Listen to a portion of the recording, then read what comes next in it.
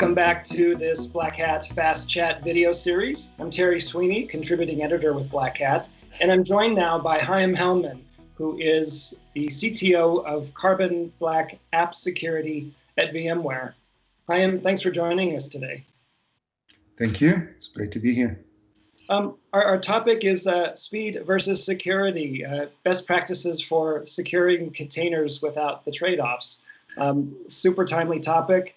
Talk about some of the top container security risks that companies typically face. So first, we need to understand what are attackers looking for when they try to attack Kubernetes or a cloud-native environment. Currently, the most common goal for attackers is crypto mining. So they want to be able to run their own workloads on the attackers on the target resources. A second goal is secrets. So cloud-native environments and containers are full of tokens, credentials, passwords that in the hand of an attacker can be used to mount a second attack on very sensitive databases or storage resources of the organization. The third goal is to bypass the perimeter security of the organization and create a beachhead that can be used to start a lateral movement campaign. Okay, so these targets are quite rich with the treasure trove that they may offer to hackers or intruders. Yes, definitely. And when we're looking at what attackers are looking for in those environments, there are a few ways that are pretty common when attackers look at cloud-native environments. The first one is the misconfigured management API. So if we're looking at Kubernetes, that would be your API server. And if you have an endpoint that's exposed to the outside world with lacking authentication or authorization in place, then that could be a very easy path for an attacker to go through. A second approach is by introducing malware into public images. So we have a lot of open source in this environment, and developers are just, in many cases, downloading images from public registries that once the container is run, will connect to the outside world, download some additional tools, and start an attack campaign.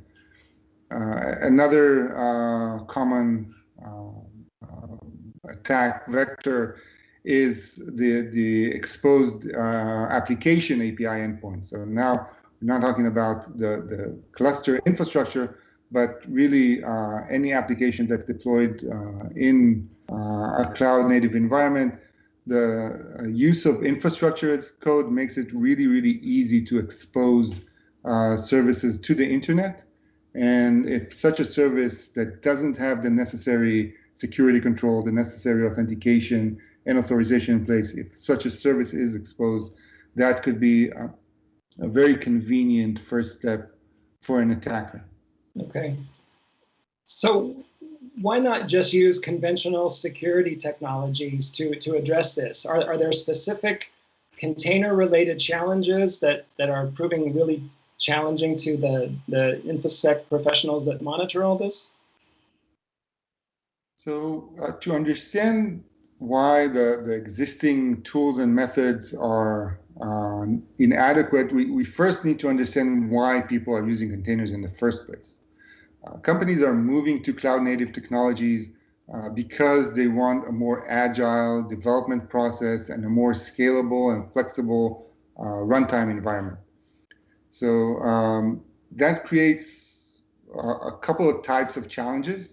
You have your technical challenges. So now this is a more scalable and dynamic environment, and existing runtime security tools, they're used to kind of an affinity between the network identity and workload identity. So I know that this server is running this workload. In a cloud-native environment, this doesn't hold anymore. You have containers going up and down. They're ephemeral, and kind of tracking the behavior of a workload has to do with the identity of the workload rather than the identity of the server that is running that workload.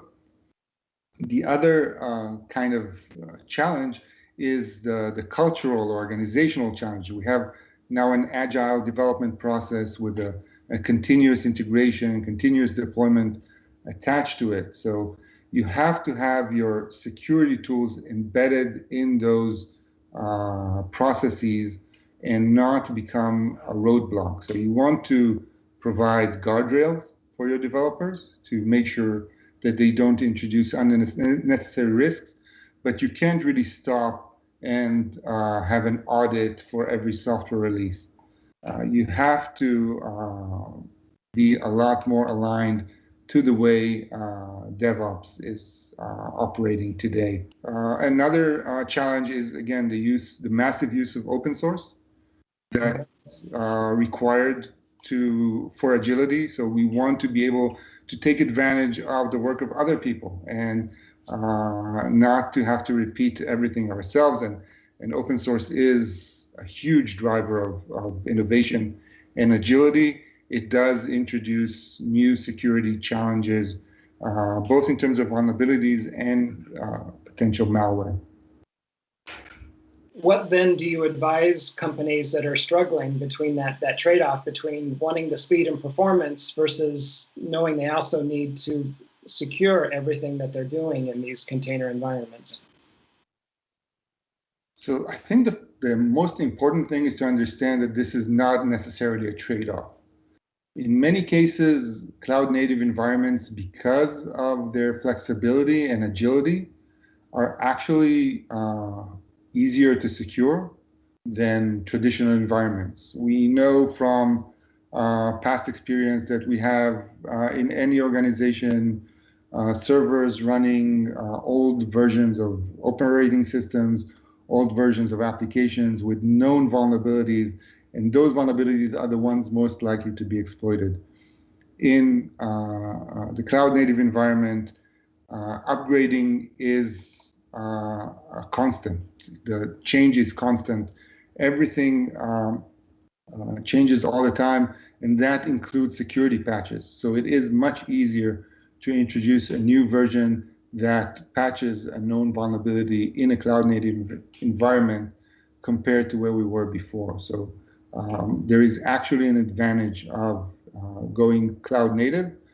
Another thing that companies should do, and many of them do, is create this alliance between the product security, application security team with the DevOps and the developer teams in order to make sure that security isn't an afterthought.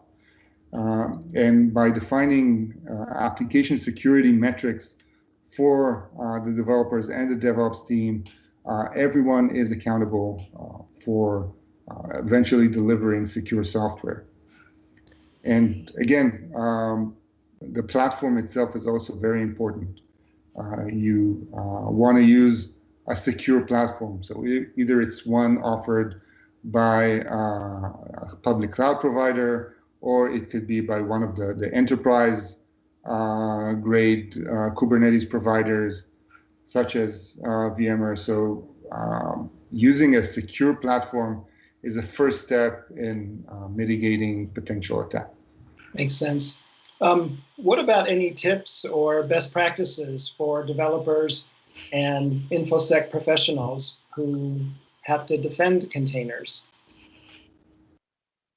So first recommendation is stay recent.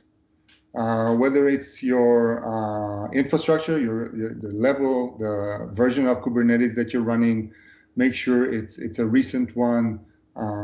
Again, security vulnerabilities are found constantly and fixed constantly. The same applies for open source that you're using. Make sure to upgrade to later versions which are usually more secure than older versions. Take advantage of the fact that this is a dynamic and agile environment. A second tip is make sure your authentication and authorization is sound. There are multiple ways to authenticate users and applications when it comes to cloud native, and some of them are easy to implement but not very secure. Others have been widely used in the past, whether it's cloud-based authentication or your Active Directory authentication. So leveraging those existing tools in order to create strong authentication is important. Define your role-based access control to offer least privilege access to your users. Employee change management. So make sure that things that are introduced into your production environment are done in a repeatable way through a continuous deployment process and not manually just by users. Perform vulnerability scanning, not just for your container images, but your source code too. We have a lot of organizations moving to languages like Golang, which eventually create a binary. So just looking at the image doesn't give you a lot of information about the potential vulnerabilities in your code. So scanning your source code for vulnerabilities is important. And the same applies to scanning your infrastructure as code. So you have your YAML files and your Helm charts that define how your workloads are going to run and what privileges are they going to have, and what exposure are they going to have over the network. So scanning those using either open source or commercial tools and looking for known security risks is extremely important. Controlling the exposure of your workloads, either the inbound traffic through limiting it to a single point of ingress, limiting the egress traffic leaving your cluster is an advanced but important step, and eventually deploy some kind of a runtime threat detection tool in your environment. Falco is probably the most well-known open source tool for that. There are other commercial tools as well. Great perspectives on the important topic of container security. Chaim, thanks for joining us today. Thank you. We've been talking with Chaim Hellman of VMware Carbon Black. This has been Terry Sweeney for Black Hat Fast Chat. We'll see you next time.